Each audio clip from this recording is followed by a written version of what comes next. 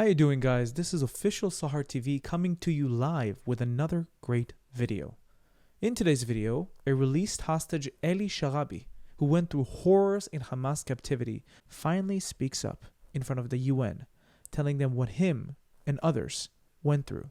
Please watch this video all the way through without skipping, so you'll be able to share these unimaginable stories with your friends.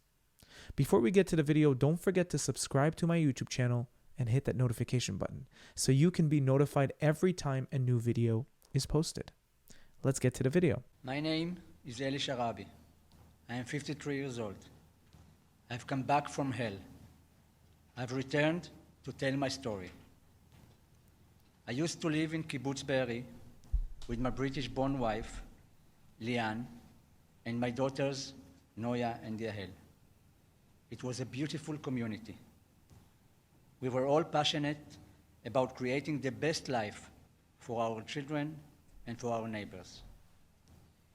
Lian and I was married for 23 years and had two wonderful daughters and a dog, Mocha.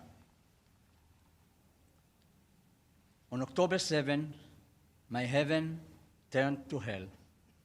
Sirens began. Hamas terrorists invaded, and I was ripped away from my family, never to see them again.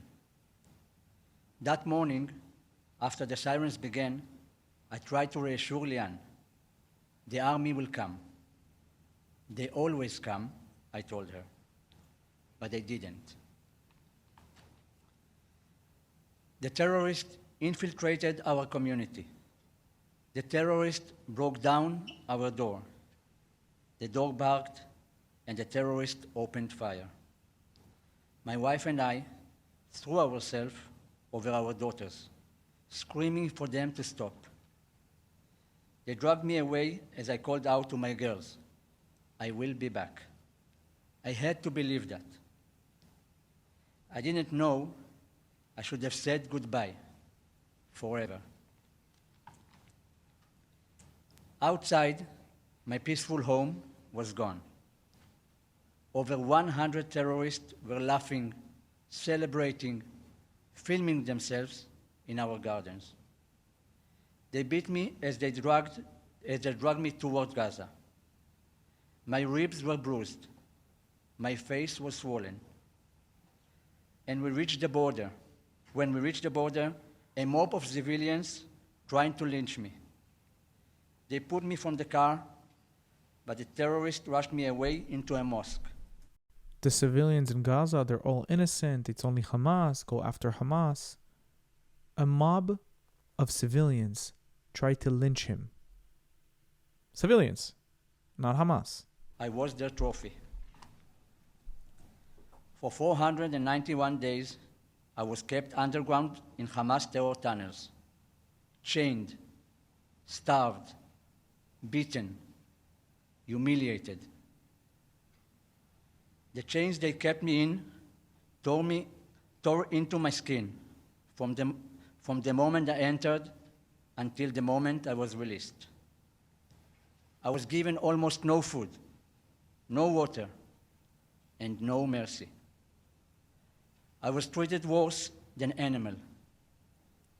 I was fed a piece of pita a day, maybe a sip of tea.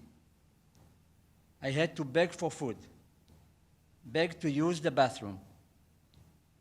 Begging became my existence.